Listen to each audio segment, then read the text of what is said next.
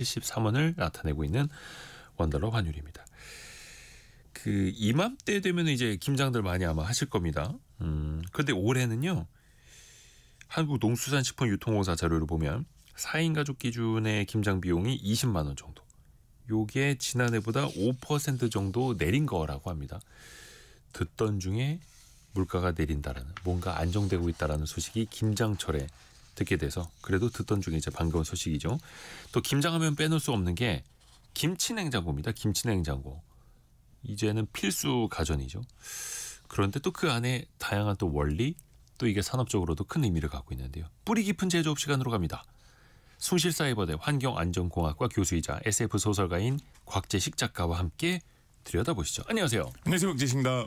지난번에 우리 라면 얘기했잖아요. 아, 네, 맛있었죠. 아, 네, 맛있게 얘기했죠. 드시고 네. 오신 거 아닙니까? 네, 네. 방송 전에. 그렇습니다. 네. 김치 빼놓을 수 없고. 네.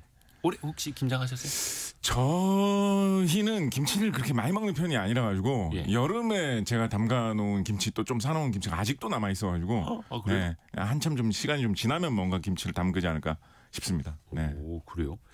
그러면은 되게 김치 냉장고는 저 김치 냉장고 없죠. 그래요? 네. 요즘 김치 냉장고 없는 집은 요즘 보기 힘든데 그렇죠? 네, 저도 이제 뭐 빚을 다 갚고 나면 김치 냉장고를 좀 들여놓을 수 있지 않을까. 네. 오늘 증시 얘기만큼이나 참 슬픈 대답이었네요. 아니 근데 오늘 얘기해 주실 게 김치 냉장고 아닙니까? 네네. 우선은 맞습니다. 그 전에 네. 김장독. 네. 김장독을 이제 묻는 거 저도 어릴 적에 아버지랑 같이 했었는데 네네. 항아리로 해서 땅속 깊이 묻었잖아요. 네. 근데 사실 겨울에는 어차피 추운데 네. 밖에 내놔도 되는데 왜 땅속이었을까요? 이게 여러 가지 이야기를 해볼 수가 있는데 제일 좀 쉽게 말씀드릴 수 있는 거는 땅속이 땅 밖에 비해서 온도가 일정하게 유지가 된다. 이 이야기를 일정하게. 이 이야기를 좀 많이 하시는 경향이 있습니다. 아무래도 땅 밖에 내어놓으면 하다못해 뭐 해가 뜨고 지는 거에 따라서 뭐 낮에 해가 높이 떴을 때는 좀 따뜻해졌다가 밤에 해가 지고 나면 점점 차가워져가지고 새벽에는 너무 추워지고 이런 경향이 좀 있겠죠. 근데 그에 비해서 땅속에 좀 깊게 묻어놓으면 하루 종일 그래도 온도가 좀 일정하게 간다라고 해가지고 그 정도의 김치를 만들어서 넣어놨을 때가 이제 제일 맛있다. 어떻게 보면 이제 거기에 또 우리가 익숙해진 것이기도 하죠. 수백 년의 역사가 흐르는 동안. 그 맛에. 네, 그래서 대체로 뭐 그런 식으로 많이 이야기를 합니다. 11월 경에는 땅속에 우리나라 중부지방에 김치를 묻어놓으면 그 묻어놓은 곳의 온도가 대략 영상 한 4, 5도 정도로 쭉 가는 경향이 있고 12월 달까지 넘어가면 그때 이제 온도가 좀 내려가가지고 0도에서 1도 정도로 겨울 동안 좀 유지가 된다라고 하는데 그 정도가 김치가 있기에 딱 좋은 그런 정도 아니냐.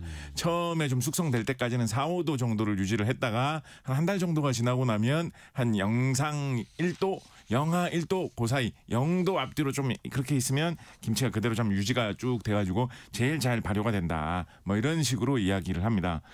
하필이면 이제 그 용기로 옹기를 쓰는 것이 또 무엇이 더 장점이 있기 때문에 그것을 많이 쓰느냐에 대해서도 뭐 여러 가지 이야기를 하는데요. 항아리 옹기. 네. 거기에 대해서도 제일 많이 이야기를 하는 게 역시 이제 발효의 과정과 관련이 제일 깊지 않느냐라는 이야기를 많이 합니다. 네. 발효라는 게 사실은 눈에 보이지 않는 작은 미생물들이 그 안에서 살면서 거기에 있는 성분들을 그러니까 영양분들을 갉아먹고 뭔가 새로운 물질을 내뿜는 과정이거든요.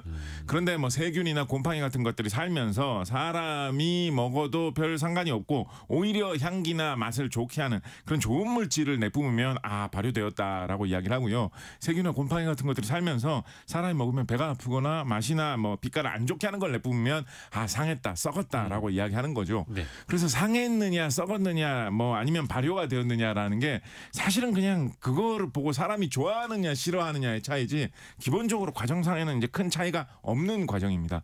그렇다고 한다면 이제 김치가 맛이 들게 하기 위해서 우리가 해줘야 되는 거는 김치 속에서 자라날 수 있는 그 수많은 세균들이 좀 이렇게 맛을 좋게 하는, 냄새를 좋게 하는 그런 활동을 많이 하면서 살아갈 수 있도록 그런 종류의 세균들이 많이 살아남아가지고 퍼질 수 있도록 해주면 좋겠죠. 네. 근데 세균들이 그 뭐 종류에 따라서 어떤 세균들은 좀 공기가 많이 있어야 잘 살고 어떤 세균들은 좀 작은 곳에서 잘 살고 어떤 세균들은 공기가 없어야지 잘 살고 뭐 어떤 세균들은 좀 따뜻해야 잘 살고 어떤 세균들은 좀 추워야 잘 살고 가지각색이거든요. 예. 그래서 그 조건을 어떻게 만들어 주느냐에 따라서 김치가 이제 맛이 잘 드는 건데 이제 묻어 놓는 정도의 공간에서 옹기를 이용하면 옹기라는 게 그 흙으로 빚어서 만들지 않습니까? 예. 그 구워서 만드는데 그렇게 되면 거기에 아주 미세한 그런 구멍이 생기거든요. 예, 그래서 물 같은 거를 담아 놓으면 잘 담아 놓을 수 있지만 예.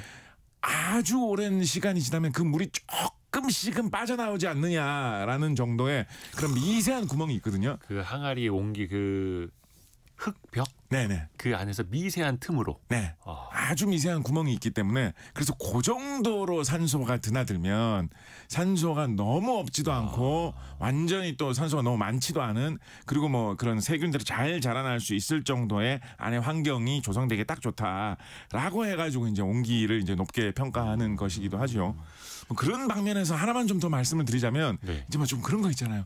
똑같은 레시피를 해도 내가 하면 그 어머니께서 할머니께서 해주시던 그 맛이 안 나. 이게 손맛의 차이야. 그쵸. 뭐 이런 이야기를 하는 경우가 있는데요. 네. 그것도 이제 현대 식품공학에서는 어떤 식으로 많이 풀이를 하냐면 이게 결국은 어떤 세균이 들어가가지고 잘 자라나느냐의 차이거든요. 근데 그 세균이 갑자기 뭐 저절로 생기는 건 아니거든요. 어딘가에서 외부에서 오는 거거든요.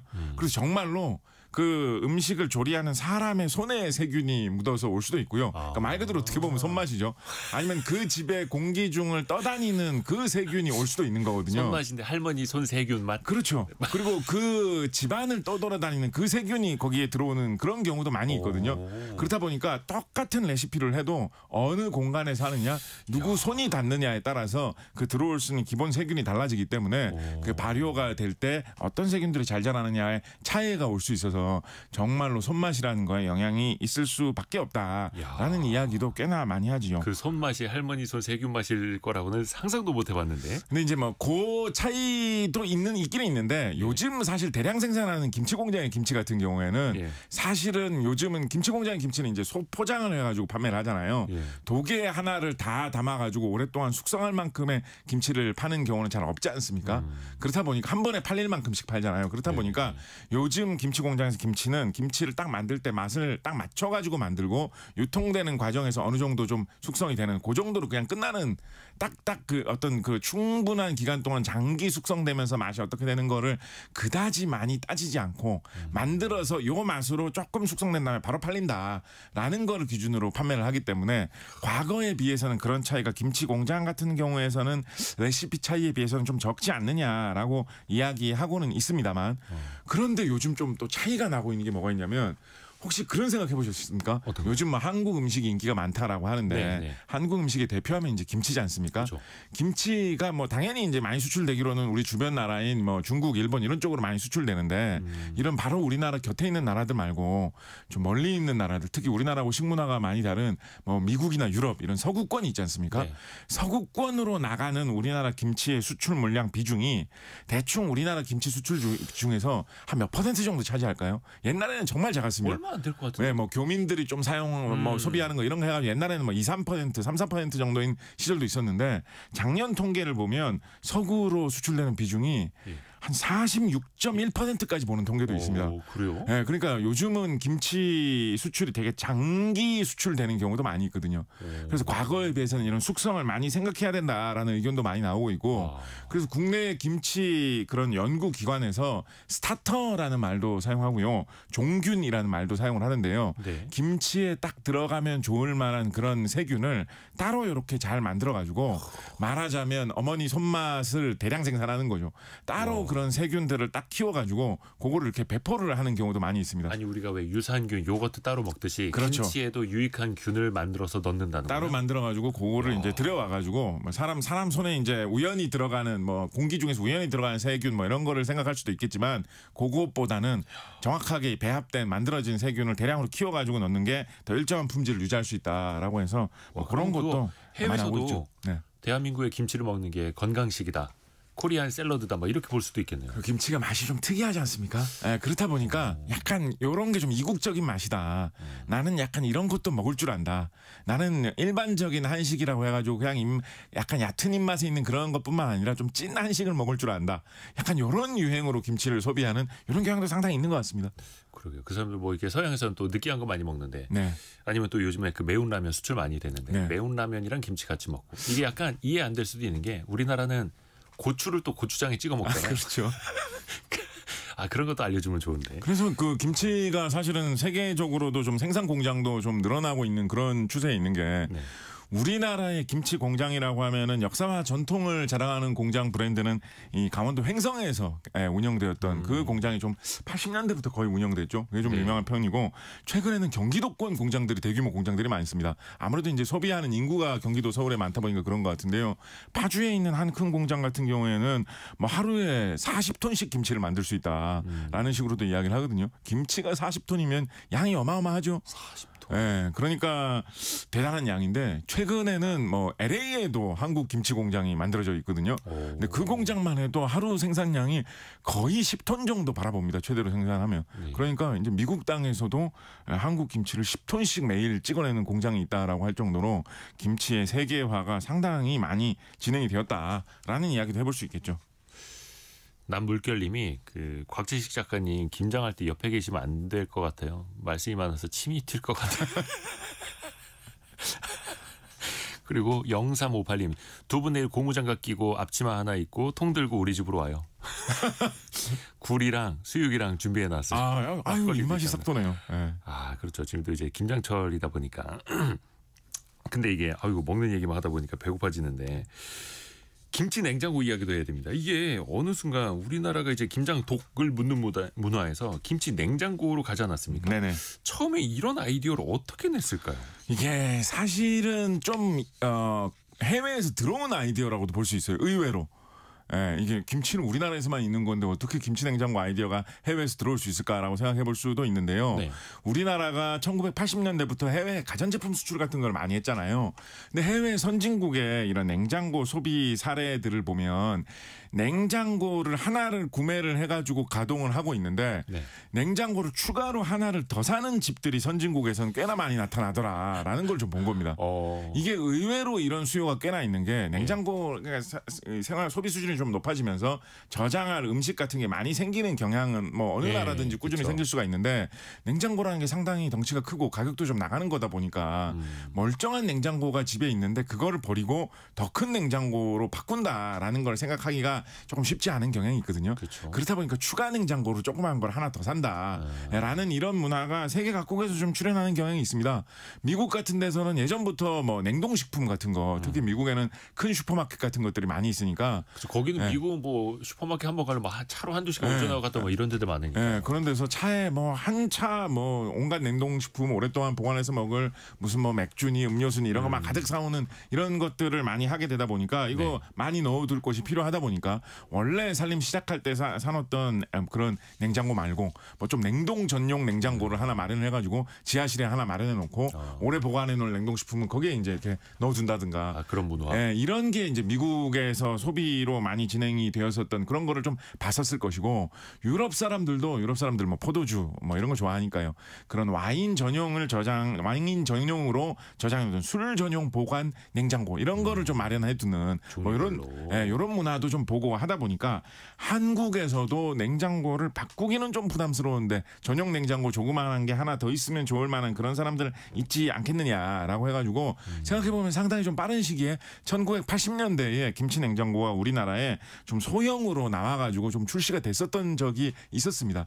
그때만 해도 김치 내탕 냉장고 규모가 한 40-50리터 수십 리터 규모 그러니까 김치통 딱 몇 개 정도 들어갈 정도의 규모죠. 아, 작은 거. 네, 마치 좀 약간 그 와인 전용 냉장고, 포도주 전용 냉장고 같은 그런 느낌으로 조그만한 좀 전자레인지만한 크기의 그런 정도의 냉장고라는 느낌으로 처음에 소형 그런 냉장고, 추가 냉장고 느낌으로 김치 냉장고가 80년대에 들어왔었던 적이 있었고. 아, 저희가 그 유튜브 화면으로 보실 수 있게 네. 84년에 그 금성사 김치 냉장고 화면을 저희가 띄워드리고 있습니다. 네, 요 회사 뭐 대표적인 공장. 84년도였어요. 네, 대표적인 공장이 지금은 이제 창원에 공장이 있는 대표적인 국내 가전사로 지금도 이어져 내려오고 있죠. 그래서 처음에 80년대에 이제 출발이 돼가지고 시작이 됐었는데 그렇게까지 그때는 많이 팔리지는 않았어요. 막 한국인의 생활 문화로 깊게 자리 잡는다라든가 할 정도로 그렇게 크게 성공하지는 않았습니다. 그때 주부님들이 무슨 김치를 땅에 묻으면 되지. 냉장고로 사야 아마 그러지 않았을까요? 그렇죠. 당시에는. 사실 생각을 해보면 지금도 하다못해 이제 아파트에서도 1970년대에 건설된 좀 구축 아파트인데 같은 데 가보시면 네. 복도식 아파트인데 복도가 이상하게 요즘 아파트보다 공간이 굉장히 넓은 이런 곳들을 발견하실 수가 있습니다. 네네네. 그런 데는 현관문 앞에 복도 공간 쪽에 장독 같은 거를 좀 놓으라고 김치독 같은 걸 좀 놓으라고 해가지고 복도를 되게 넓게 확보해 놓는 그런 집들이 70년대에는 아파트로도 지어지곤 했었었죠.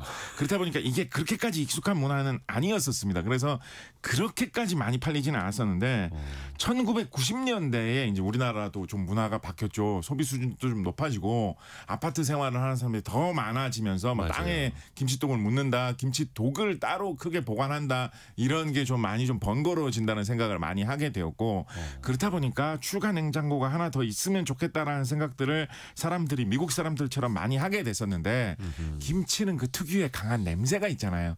그렇다 보니까 분리해야죠. 아무리 냉장고 한 켠에 김치를 이렇게 넣어둔다고 해도 그 냄새가 솔솔 피어오르면서 냉장고 문을 열 때마다 냄새가 나고 냄새가 배어들면 좀 싫을 만한 뭐 케이크 같은데 이런데 김치 냄새 같은 게 밴다든가 이런 거를 경험하는 사람들이 많아지다 보니까 김치 냉장고는 별도로 있으면 좋을 것 같은 그런 상품에 대한 수요가 형성될 만할 때 당시에 좀 중견 기업이었죠. 원래는 이제 자동차 부품 생산하던 회사였는데 자동차 부품 생산을 하다 보니까 자동차용 에어컨 이런 것도 생산을 하다 보니까 냉방 기술을 좀 갖게 되었었는데 90년대 이제 중반 이후에 이게 자동차 에어컨 만들던 그 냉방 기술로 대형 냉장고를 만들어가지고 가전 시장에서 정면 승부하기에는 조금 힘들 수도 있으니까 약간 이런 틈새 시장으로 이런 서브 냉장고 두 번째 냉장고인데 김치 전용 냉장고라는 거를 특이하게 좀 만들어가지고 해보면 승산이 있지 않겠느냐라고 하면서 나왔었는데 오히려 그 회사께 더 히트쳤죠. 완전 돌풍을 일으켰죠. 그렇죠. 그래서 그 회사가 딤으로 시작하는 그 회사 제품이 엄청나게 돌풍을 일으키면서 90년대에 한국인들의 좀 뭐랄까요 생활 습관, 가정 풍경을 좀 바꿔놓은 좀 신선한 제품으로 등장을 해가지고 저희 어머니 세대는요 지금도 김치 냉장고를 그 딤 그 두 글자로 불러요. 이른바 옛날 왜 하이타이 퐁퐁 이런 대명사처럼 그런 문화가 지금도 있는 거죠. 네, 그래서 급격하게 90년대 후반에 퍼져 나오면서 2000년대 초반까지 많이 자리 잡게 되면서 지금은 뭐 우리나라에서는 뭐 이런 가전 제품도 하나쯤 있으면 좋다라는 뭐 어느 정도 반필수품 정도로 많이 인식되기에 이르게 되었죠. 맞습니다. 6549님이 저는 지금 인생의 첫 김장을 하고 있습니다. 혹시 망칠까 봐 10kg 정도만 하는데 성공해서 내년에는 많이 준비해서 주변에 나눠주려고요. 이렇게 또 글 올려주셨고요. 1960님은 저희 남편은 미국 출장을 자주 갔는데 김치 없으면 안 되는 사람이라 그런지 미국 김치도 먹을만하대요. 막 거기 미국에서 또 수입을 한 거 아닐까 이런 생각도 드는데 그 1256님이 이대호님 나이가 궁금합니다. 왜 거의 사라진 문화 그 아버지랑 땅 파고 김치도 묻던 시절도 겪어봤다고 하니까 궁금하시다고. 제가 44인데 저 초등학교 때인가 유치원 때 진짜 어릴 적에는요. 저희 집 근처에다 묻었습니다. 그래서 땅 파고 비닐 한 장 깔고 거기다 동 묻고 이런 식으로 해서 그 뚜껑만 이렇게 살짝 보일 정도로 그런 시절인데 지금은 이제 김치 냉장고 없이는 또 못 살고 있고 근데 그 김치 냉장고는 일반 냉장고라 아예 원리가 달라요. 그냥 똑같이 차갑게 하는 거예요. 어때요? 사실 기본 원리는 뭐 대동소이합니다. 기본 김치 냉장고 조금 특이하게 아예 전자식 소자인 펠티어 소자라는 걸 활용을 해가지고 이게 전기를 일종의 이제 그 금속판 두 개를 연결시켜 놓은 그런 전자 부품을 만들어 가지고 전기를 통하게 하면 저절로 금속이 차가워지게 하는 그런 효과를 내는 장치가 있거든요. 이게 프랑스의 과학자 샤를 펠티에라는 사람이 이제 개발한 건데 우리나라에서 흔히 영어식으로 펠티어 소자라고 많이 부르는데요. 그런 거를 이용을 하는 소형 김치 냉장고도 아예 일반적인 냉장고나 에어컨하고 원리가 다른 방식도 있기는 있습니다. 그런데 대체로 우리나라의 주류 김치 냉장고들은 기본 냉각의 원리 자체는 에어컨 냉장고하고 동일합니다. 에어컨하고 냉장고가 차갑게 만드는 원리가 같거든요. 근데 에어컨은 실외기를 바깥으로 빼가지고 집안 전체의 온도를 굉장히 시원하게 해줄 수 있는데 특화되어 있는 장치고 냉장고 같은 경우에는 실외기에 해당하는 부품도 다 냉장고 안에 있어요.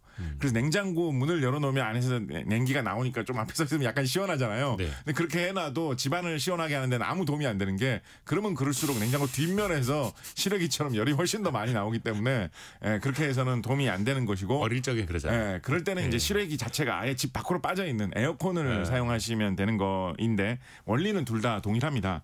이 기본 원리는 뭐냐면 우리가 땀을 많이 흘렸을 때 바람이 불면 이 땀이 마르면서 되게 시원해지잖아요.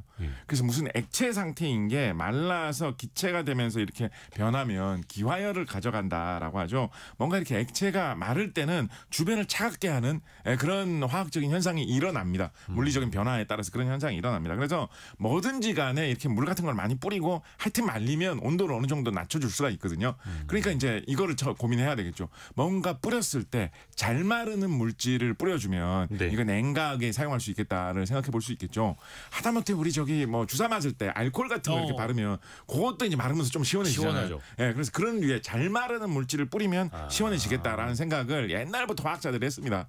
그런데 그런 물질 중에서도 일회용으로 이게 계속 뿌려줄 수는 없는 거 아닙니까? 거대한 그쵸, 통에다가 그쵸. 뭐 시원하게 해줄 수 있는 물질을 가져와가지고 계속 칙칙칙칙 뿌려줄 수는 없는 거 아닙니까? 그죠? 그러니까 한번 뿌려서 마른 다음에 그게 말라가지고 이렇게 기체로 변해서 날아가면 그거를 공중에서 다시 붙잡아가지고 다시 응축시켜서 액체 상태로 되돌려주는 그런 부품이 컴프레서라고 하죠. 그런 부품을 이용해서 다시 원상 복귀를 시켜줄 수 있는 것까지 넣어놓은 게 그 에어컨 에어컨이자, 가스처럼. 에어컨이자 냉장고라고 보시면 됩니다. 그래서 제일 집중해야 되는 건 이거죠. 잘 마를 수 있는 물질이면서 한번 말라가지고 날아가면 그거를 회수해서 다시 액체로 국물처럼 되돌리는 작업도 잘 될 만한 물질을 만들면 그걸로 냉장고 에어컨에서 내부에서 그 물질을 계속 말렸다가 되돌렸다가 말렸다가 되돌렸다가 하면서 시원하게 해줄 수 있을 거다라고 개발해서 사용을 한 게 에어컨이고 냉장고다라고 보시면 되겠습니다. 아, 신기합니다. 예, 그래서 그 안에서 넣어서 그렇게 계속 말랐다가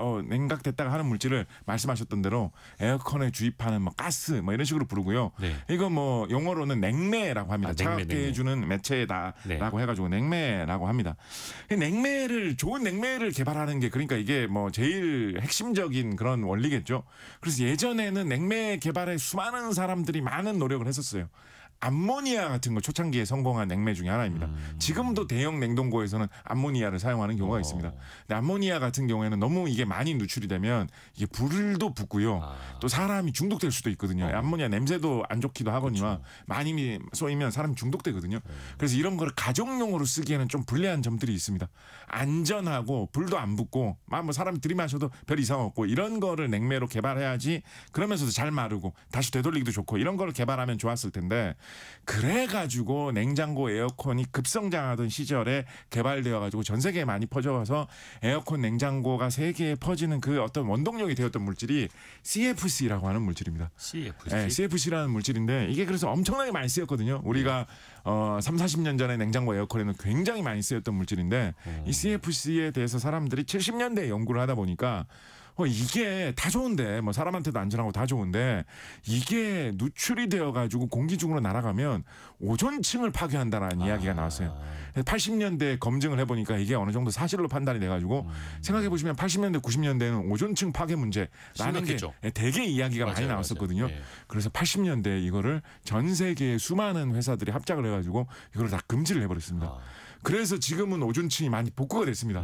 그리고 요즘에는 오존층 파괴 문제가 심각하다 이런 이야기가 뉴스에서 나오죠. 쑥 들어갔죠. 그 이유가 원인이 되는 물질을 금지를 해가지고 이걸 대체를 하는데 성공했기 때문인데 생각해보면 이게 신기하지 않습니까? 환경오염 문제나 예를 들어서 요즘에 기후변화 문제 같은 거 이런 거 되게 잘 해결이 안 되잖아요. 네네네. 그런데 80년대 말 그때는 이 CFC를 금지해서 대체하자라는 게 어떻게 이렇게 잘 추진이 됐을까요? 뭐 여러 가지 이유를 생각을 해볼 수가 있는데 뭐 그때 당시 환경에 관심 있는 사람들 열렬하게 열심히 일했다 이런 것도 생각을 해볼 수가 있는데 이유 중에 하나 무시할 수 없는 것 중에 하나는 뭐냐면 그때 당시에 세계의 수많은 개발도상국 업체들의 경쟁을 따돌리고 싶어 했던 선진국 강대국 회사들이 이 CFC를 대체할 수 있는 물질을 잘 개발을 해놨어요.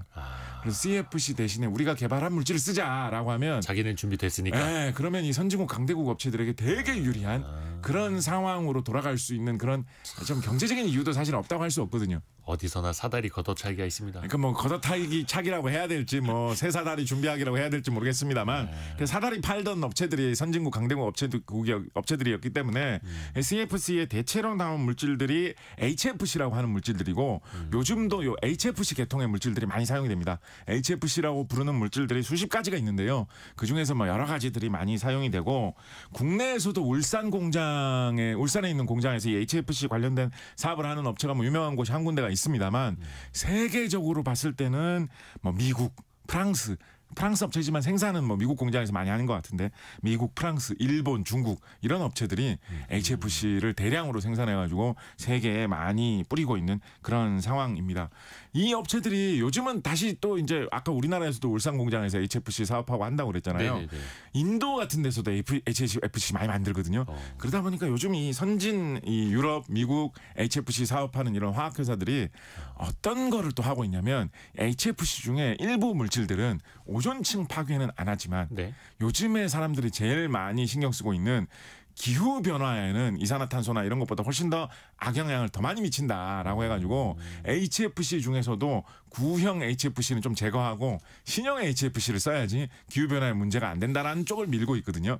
그래서 요즘 가끔 보면 뭐 친환경 냉매로 교체를 해야 된다 뭐 이런 이야기들이 나오는 경우가 있는데 네. 그런 것도 다 이렇게 기후 변화와 관련된 환경 문제와 관련해가지고 HFC 중에서도 약간 좀 선진국들에서 먼저 개발해 놓은 그런 이산화탄소 같은 그런 기후 변화 문제를 안 일으키는 쪽으로 좀 넘어가는 그런 경향이 있고 그렇게 하면 이제 선진 기술을 개발한 회사들이 더 돈을 잘 벌겠죠. 그러네요. 네. 그 냉매에서도 계속해서 차별화를 하고 있고 사실 뭐 냉장고니까 김치 냉장고도 냉매가 빠질 수가 없는 거고 곽재식 작가와 함께 뿌리 깊은 제조 오늘은 김치 냉장고에 대해서 이야기 듣고 있는데요.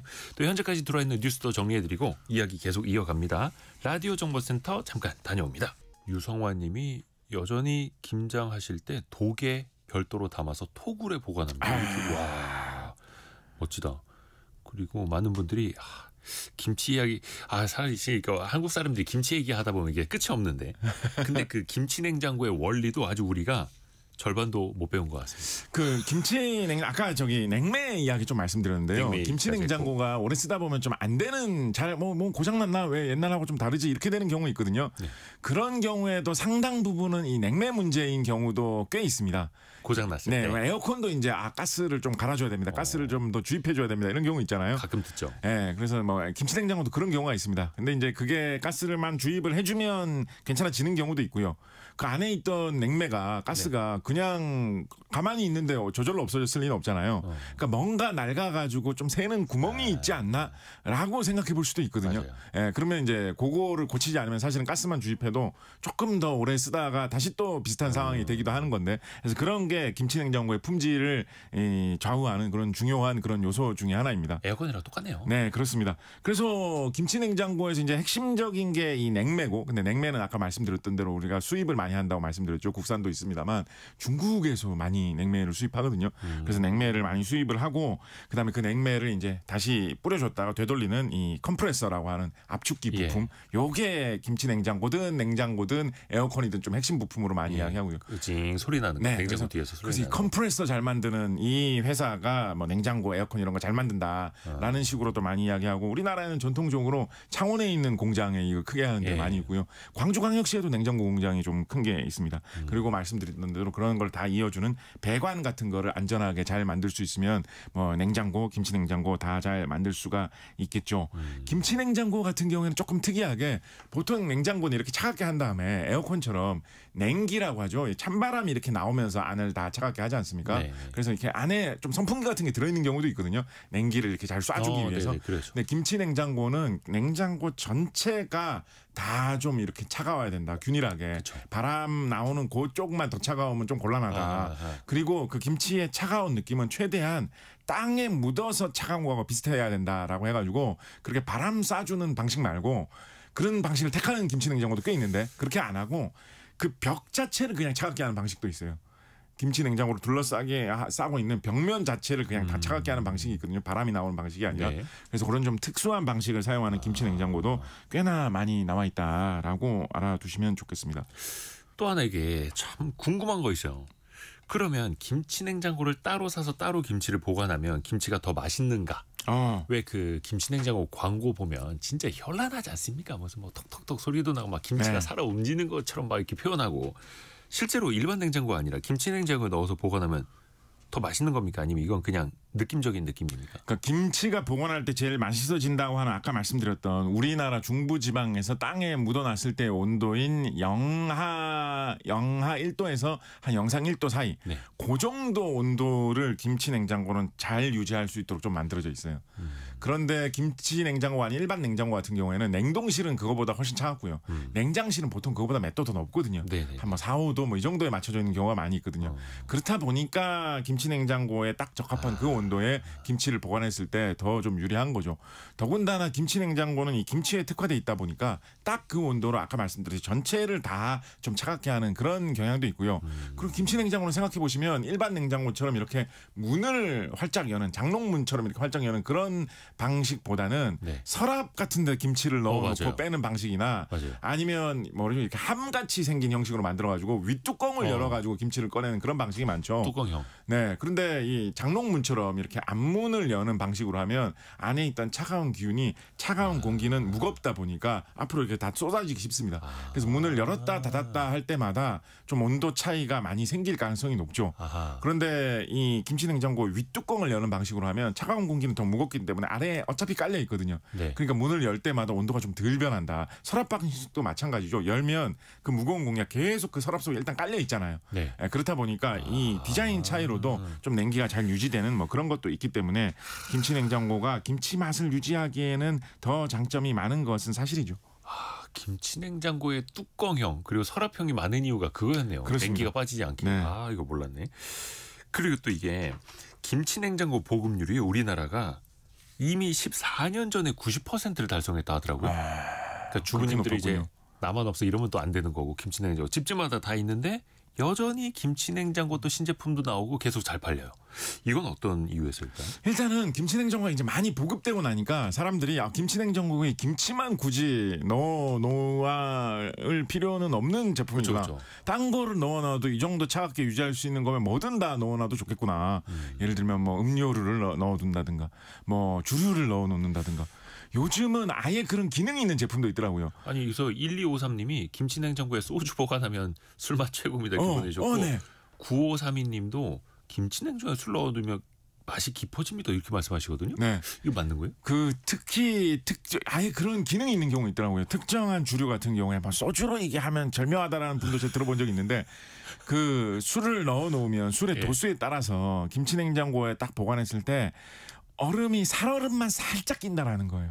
너무 얼음이 막 얼어붙지도 않고 그렇다고 뭐 얼음이 안 오는 것도 살얼음만 살짝 끼게 되는 그 상태로 딱 만들 수가 있는데 그러면 그거 따라서 마셔보면 기가 막히다 뭐 이런 그냥 분들도 계시고. 냉장고는 온도가 좀 높고 냉동하면 큰일 나고 그렇죠. 영하 1도에서 영상 1도 그 사이 네. 딱 김치 보관하는 그 그리고 온도. 그 온도 일정하게 유지하는 기능도 보통 김치 냉장고 더 높다고 좀 평가를 하거든요. 예. 그러니까 일반 냉장고 냉장실 같은 경우에는 온도를 계속 꾸준히 유지해 주기는 하지만 뭐 제품마다 차이는 있습니다만 대체로 한 2도 정도 왔다 갔다 흔들린다라고 봅니다.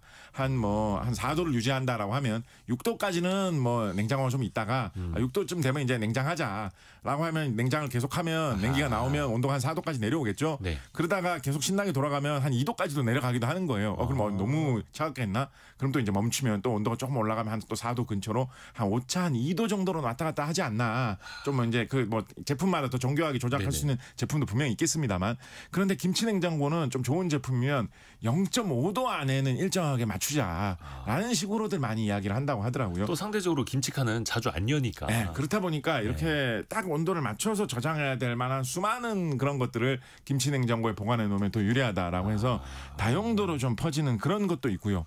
또 하나는 우리나라가 인구는 줄고 있지만 예. 가구 수는 많아진다. 분가는 많이 한다라는 경향이 있잖아요. 예. 예전에는 뭐 대가족이 모여서 살았다면 지금은 한 명, 두 명씩 나가가지고 따로 살림을 만들어서 산다라고 하다 보니까 김치 냉장고 같은 가전제품 보급 대수는 추가로 늘어날 여지는 좀 있는 거죠.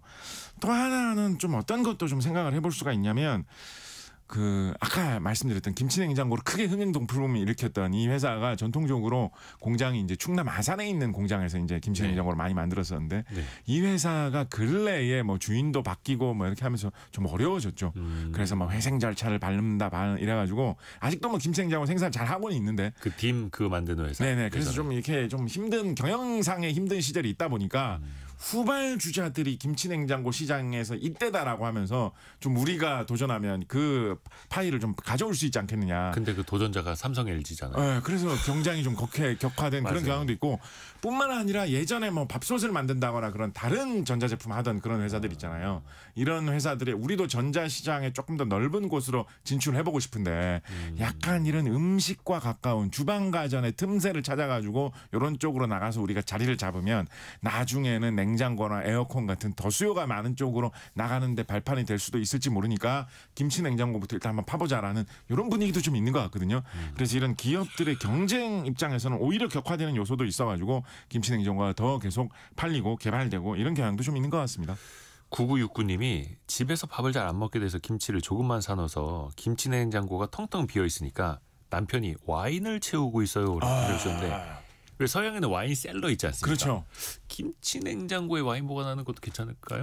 그 온도를 근데 잘 생각을 하셔야 돼요. 보통 포도주 경우에는 뭐 스파클링 와인 그러니까 샴페인 같은 경우는 좀 더 차갑게 보관하기는 한다. 뭐 몇 도 정도로 냉장실 온도 정도로 보관하면 좋다라고도 이야기를 하는 경우는 있습니다만 네네. 다른 뭐 우리가 제일 흔히 보는 그 적포도주 있죠. 빨간색 예. 와인 같은 경우에는 10도 좀 넘는 온도 뭐 13도, 14도, 15도 뭐 이 정도로 보관해라. 뭐 일반 냉장고 온도보다 높네요. 그렇죠. 예, 그래서 보통 이제 영화 같은 데 보면 아니면 유럽에 직접 찾아가 보시면 그런 뭐 큰 유럽의 명문가 이런 데 가면 지하실에 이렇게 와인 셀러들이 맞아요. 있지 않습니까? 예, 예, 지하실에 좀 서늘한 곳에 포도주가 이렇게 먼지가 앉은 뭐 몇십 년 묵은 포도들이 쫙 이렇게 전시돼 있는 뭐 이런 데들이 네네. 있지 않습니까? 예. 그래서 그렇게 냉장고 같은 걸 이용하지 않고 보관하는 게 사실은 정석이기 때문에 와인 셀러 제품들은 좀 따로 나와 있습니다. 근데 우리나라 업체들이 이거를 하려고 하는 업체들이 많죠. 김치 냉장고에서 온도를 일정하게 조작하는 데 좀 익숙해져 있다 보니까 그렇다 보니까 김치 냉장고보다는 보통 조금 더 작게 만들죠. 한국 사람들이 김치 먹는 것보다는 아무래도 좀 술을 좀 덜 마실 것 같으니까 예, 그렇다 보니까 조금 더 작은 크기로 만들어 가지고 이 포도주 보관용 냉장고는 따로 만들어서 여러 곳에 좀 판매를 하는 그런 제품들이 보입니다만 요거는 또 원리를 좀 다른 방법으로 쓰는 제품들도 좀 많이 나와 있는 경향이 있어요. 원리가 좀 다를 수 예를 있어요? 들어서 그러니까 김치 냉장고 방식의 그런 와인 셀러도 만들 수 있는데요. 네. 와인 셀러는 워낙에 작게 만들다 보니까 아까 말씀드렸던 대로 이런 뭐 냉매를 이용해서 뭘 얼렸다가 뭘 뭐 응축했다가 이런 방식 말고 아까 말씀드렸던 이 펠티어 소자라고 해가지고 전자 부품 자체로 차갑게 만드는 이 소자를 이용을 해가지고 와인 셀러를 만드는 경우가 꽤 있거든요. 이거 이용해서 뭐 김치 냉장고도 소형은 만들기도 한다고 아까 말씀드렸습니다만 그래서 펠티어 소자라는 게 약간 소형으로 만들어가지고 차갑게 하는 데는 앞으로 일반적인 냉장고 에어컨 말고 여기저기 많이 쓰일 거다라는 이런 움직임도 꽤나 있습니다. 뭐 일부 발명가 이런 사람들은 이런 와인셀러 같은 데 요즘은 들어가고 있는 펠티어 소자를 정말 작고 간편하게 만들어가지고 리튬이온 배터리하고 연결해서 여름에 옷으로 만들어서 입고 다니자 이런 아이디어를 생각하는 경향도 있어요. 그러면 시원할 테니까. 그래서 뭐 우리나라에도 제품 많이 만들어서 나오고 있고요. 하나 이제 재밌는 거 말씀드리면 이 펠티어 소자 같은 경우에 작은 크기로 차갑게 할 수가 있다 보니까 과거에 어떤 용도로 많이 사용됐냐면 그 미사일 중에서 열 추적 미사일 있잖아요. 주변에 어디에 뜨거운 엔진이 있는지를 파악을 해가지고 그쵸. 거기를 추적해가지고 꽂히는 미사일들 있지 않습니까? 네. 그래서 그러면 거기에 열 탐지기가 열 추적 미사일의 앞부분에 달려 있거든요. 네네네. 그러니까 이거는 열을 탐지해야 되니까 지 자신이 뜨거우면 곤란하거든요. 그러면 내가 제일 뜨겁네라고 하면서 자폭하려고 할 거 아닙니까? 그래서 그 열 탐지기의 그 시커라고 하는 부분, 탐지하는 부분은 좀 차갑게 해줄 필요가 있습니다. 그런데 그렇다고 해서 미사일 안에 뭐 에어컨에 냉장고를 집어넣기에는 공간이 비좁잖아요. 그래서 옛날에는 이런 열 탐지기의 냉각을 이 펠티어 소자라는 걸로 했었거든요. 재밌는 게 뭐냐면 이게 뭐 군사 기밀이기 때문에 직접적으로 관련이 있는지는 모르겠습니다만 우리나라에서 뭐 천궁2라든가 천궁이라든가 신궁 이런 거 네. 미사일 많이 만들어가지고 뭐 사우디아라비아나 아랍에미리트에 수출도 많이 하고 있는 그 회사 있잖아요. 네. 그 회사가 뭐 지금은 뭐 계열사가 분리가 되고 주인이 바뀌고 해서 좀 달라졌습니다만 과거에 그 뿌리가 같았던 회사였던 이 구미에 공장이 있는 그 회사 같은 경우에 과거에 뿌리가 같았던 회사에서 이 펠티어 소자를 생산해가지고 이런 와인셀러라든가 이런 냉장 이런 냉방 목적 쪽으로도 이 납품을 하고 있거든요.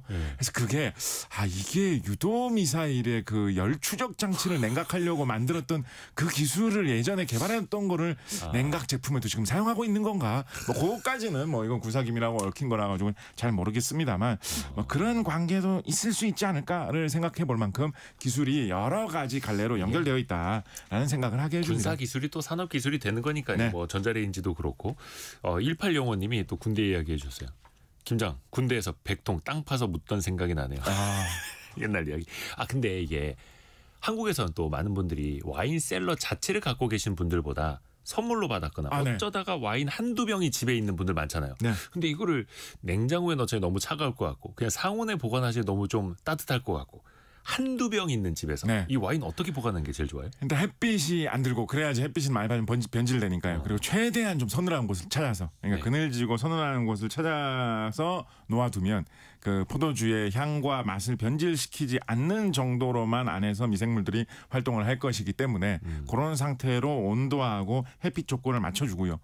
그리고 가능하면 대부분 좀 눕혀서 보관하는 게 좋다라는 이야기를 하시는 분들도 많이 있습니다. 그러게 그 영화 와인셀러 같은 보니까 데도 다 보면 눕혀져 있고. 눕혀서 이렇게 꽂아 놓잖아요. 그죠?